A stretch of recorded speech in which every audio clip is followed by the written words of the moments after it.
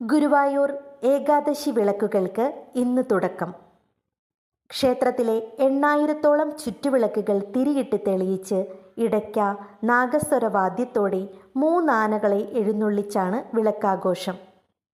പുരാതന കുടുംബങ്ങൾ, വ്യക്തികൾ, സംഘടനകൾ, സ്ഥാപനങ്ങൾ എന്നിവയുടെ വഴിപാടാണിത്. ചില ദിവസങ്ങളിൽ രാവിലെയും ഉച്ചകഴിഞ്ഞും കാഴ്ചശീവേലി, സന്ധ്യയ്ക്ക് തായമ്പക, മേൽപ്പത്തൂർ ഓഡിറ്റോറിയത്തിൽ കലാപരിപാടികൾ എന്നിവയും പതിവുണ്ട്. ചെമ്പൈ സംഗീതോത്സവം നവംബർ 26-ന് തുടങ്ങും. പഞ്ചരത്ന കീർത്തന ആലാപനവും ഗജരാജൻ കേശവൻ അനുസ്മരണവും ഡിസംബർ 10-നാണ്. ഏകാദശി വിളക്കുകളുടെ പ്രാരംഭമായി ദേവസ്വം പെൻഷൻകാരുടെ വിളംബര നാമജപ ഘോഷയാത്രയും കിഴക്കേ ദീപസ്തംഭം തെളിയിക്കലും ഞായറാഴ്ച വൈകിട്ട് കഴിഞ്ഞു.